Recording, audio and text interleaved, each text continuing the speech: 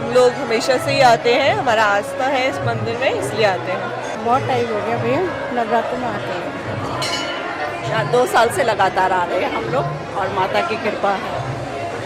2 साल से आ रहे हैं और नवरात्रों में ज़रूर आते हैं, आस्था है। काफ़ी साल से लगातार आ रहे हैं यहाँ पे। कई सालों से लगातार आ रहे हैं झंडे वाली माता के दर्शन के लिए। जय माता दी। हर नवरात्रों में आते हैं हम। जय माता दी। जय माता दी जी, जय माता दी। माँ के दर्शन तो बस निराले ही हैं, उनके करते ही रहे, आंखें नहीं बंद होती हमारी। देशवासियों को आज हम झंडे वाला मंदिर के बारे में बताना चाह रहे हैं। हमारे साथ हैं NK सेठी जी, जो मंदिर के इतिहास के बारे में बखूबी देश की जनता को बताएंगे। झंडे वाला मंदिर एक बहुत प्राचीन मंदिर है। जो खुदाई में हमें ये अवशेष मिले हैं उनके मुताबिक ये मंदिर 1498 का है। 1498 में मुग़ल काल था, अकबर का काल था। तो उस समय क्या इतिहास था उसके बारे में किसी को कोई पता नहीं है, लेकिन आज से कोई करीब 150 वर्ष पहले एक बद्री भगत जी थे, कपड़ा व्यापारी थे दिल्ली के। तो ये सारा उपवन था, सैर करने आते थे लोग यहाँ पर। तो यहाँ पर आते हुए, यहाँ पर आने के बाद उन्हें माँ ने एक आभास दिया कि मैं ज़मीन के नीचे दबी हुई, मुझे निकालो। उन्होंने नज़रअंदाज कर दिया। नेक्स्ट डे फिर आए घूमने, वहाँ बैठे, फिर उन्हें यही आभास हुआ कि मैं यहाँ दबी हुई हूँ, मेरे को बाहर निकालो, जिस स्थान पे आप बैठे हो यही दबी हुई हूँ मैं। तो उन्होंने वहाँ पर खुदाई शुरू करवाई, जगह सारी खरीद ली। खरीदने के बाद खुदाई करवाई। खुदाई में माता की मूर्ति निकली। माता की जो मूर्ति निकली तो अति उत्साही कार्यकर्ता खुदाई कर रहे थे। तो उस खुदाई में जो माँ की प्राचीन मूर्ति है उसके हाथ खंडित हो गए। बद्री भगत जी बहुत दुखी हुए। उन्होंने माँ से क्षमा मांगी, प्रार्थना की। तो माँ ने कहा कोई बात नहीं है, ये मूर्ति यहीं स्थापित रहेगी, तुम इस मूर्ति के चांदी के हाथ लगा के इसको यहीं स्थापित कर रहने दो, और इसके ठीक ऊपर में एक नई मूर्ति की प्राण प्रतिष्ठा करके स्थापना करो।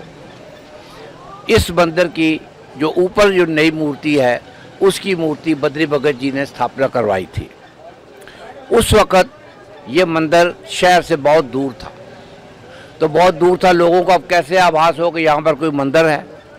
तो उन्होंने यहाँ पर एक बहुत ऊंचे स्थान पर एक ध्वज लगवाया था, झंडा लगवाया, ताकि लोगों को दूर से पता लगे कि यहाँ पर कोई मंदिर है। तो उस मंदिर का नाम झंडे वाला मंदिर आहिस्ता आहिस्ता पड़ गया, झंडे वाला देवी मंदिर के नाम से प्रसिद्ध हो गया। उस वक़्त यहाँ पर 84 घंटे भी लगे हुए थे, जो आज अब मंदिर की उन्नति प्रगति होने पर साथ में उतार दिए गए। लेकिन लोग आज भी, प्राचीन लोग जो है वो इसको 84 घंटे वाली माता तेरी सदा ही जय, ये जयकारा लगाते हैं। हमने देखे हैं 84 घंटे 1948 से लेके, लेकिन 1944 में इस मंदिर का व्यवस्था के लिए एक न्यास गठन किया गया था। उस न्यास का नाम था बद्री भगत झंडे वाला टेम्पल सोसाइटी। उस वक़्त के न्यासी थे, उन्होंने इसकी व्यवस्था अपने हाथ में ली। 1944 के बाद में ये मंदिर तो था, लोग आते थे, कम आते थे, फिर भी शहर से दूर था। जब पाकिस्तान बना 47 में, तो उसके बाद लोग यहाँ पर आके बसने लगे। यहाँ पर लोगों का आना जाना हुआ, इस मंदिर की प्रसिद्धि बढ़ी। 1982 में इस मंदिर की व्यवस्था प्रेजेंट मैनेजमेंट ने अपने हाथ में ली। प्रेजेंट मैनेजमेंट वही ट्रस्ट है, ट्रस्टी जो है जिन्होंने ट्रस्ट बनाया था 44 में, उन्हीं के वंशज हैं। और समाज सेवी लोग और जोड़े उन्होंने, उनको लेके एक ट्रस्ट बनाया है। वो ट्रस्ट ही इस सारे मंदिर का काम देखती है। पहले ये मंदिर बहुत छोटा सा था। ये सारा विस्तार जो आप देख रहे हैं अभी इस वक्त, ये पिछले 30 सालों में इतना विस्तार हुआ है और अभी भी विस्तार जारी है, अभी भी विस्तार चल रहा है। और आज इस मंदिर की ख्याति सारे भारतवर्ष में नहीं, सारी दुनिया में इसकी ख्याति फैली हुई है और लोग दुनिया के कोने कोने से लोग यहाँ पर दर्शन करने के लिए आते हैं। नवरात्रों में लाखों लोग आते हैं। आज की जो युवा पीढ़ी है भक्ति भावना से दूर होती जा रही है, उनके लिए क्या संदेश है आपको?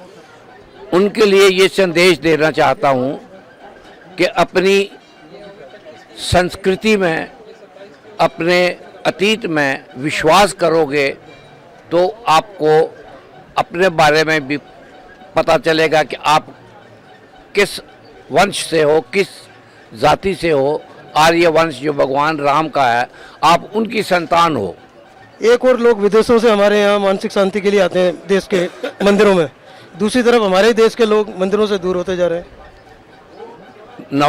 बाहर के देशों में जिन जिन लोगों ने प्रचार किया है, स्वामी विवेकानंद जी, लोग वहाँ की पाश्चात्य सभ्यता से तंग आ चुके हैं।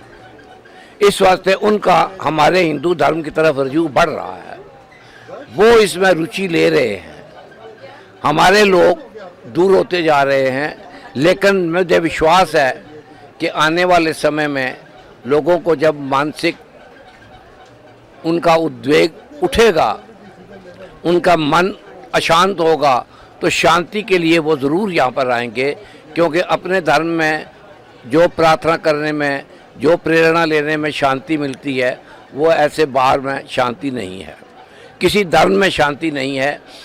अब कोई दूसरे धर्म का मैं नाम नहीं लेना चाहता, लेकिन किसी धर्म में ये प्रचार नहीं किया जाता है कि अहिंसा परमो धर्मा, ये हमारा वर्ष कहता है।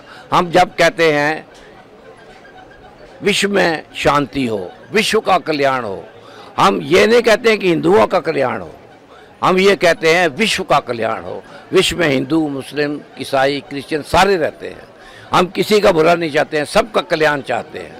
सेठी जी, आपने जो हमारी युवा पीढ़ी को जो जानकारी दी है, मुझे लगता है कि ये उनके लिए बहुत उपयोगी सिद्ध होगी और बहुत कारगर सिद्ध होगी। आपका इसके लिए बहुत बहुत धन्यवाद।